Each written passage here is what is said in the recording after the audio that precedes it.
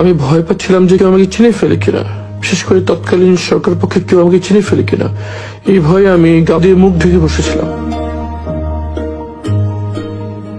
অনেকক্ষণ বসে থাকার পর যখন দেখলাম এক এক ওখানকার স্টাফরা আসছে, তখন আমি যে গার্ডের সাথে কথা বলার চেষ্টা করলাম। তখন গার্ডরা আমাকে চিনতে পারে নাই, এই জন্য আমি ঢুকতে পারি নাই। তখন আমি আবার যে বসে থাকলাম মেইন গেট খোলার অপেক্ষায়, তোমার কেউ পরিচিত আসবে এই অপেক্ষায় প্রায় 1 ঘন্টা বসে থাকলাম।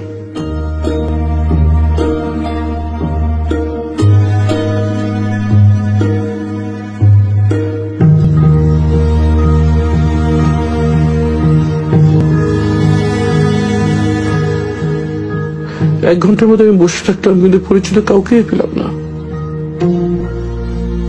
এরপর যখন রোগীদের আসা যাওয়ার জন্য প্রধান গেটটি খুলে দেওয়া হয়, তখন আমি ভিতরে চলে যাই।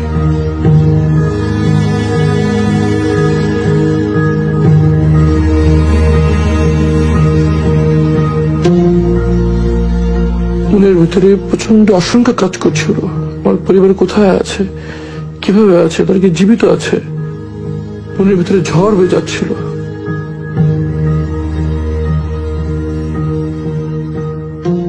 একটু পর ইবনে সিনার পিআর অফিসার আশরাফ সাহেব সেখানে আসেন।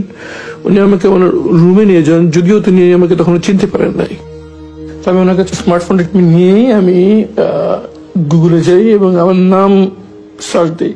সার্চ দেওয়ার সাথে সাথে এই ছবিটা স্ক্রিনে ভেসে ওঠে। তখন আমি ঠিক আমার চেহারা কাছে ভেবে নেই, আমাকে দেখা যায় ওনাকে চিনেন কিনা। তখন সাথে সাথে ভাই আমাকে চিনতে পারে এবং খুব আবেগ আপ্লুত হয়ে পারেন আর কি।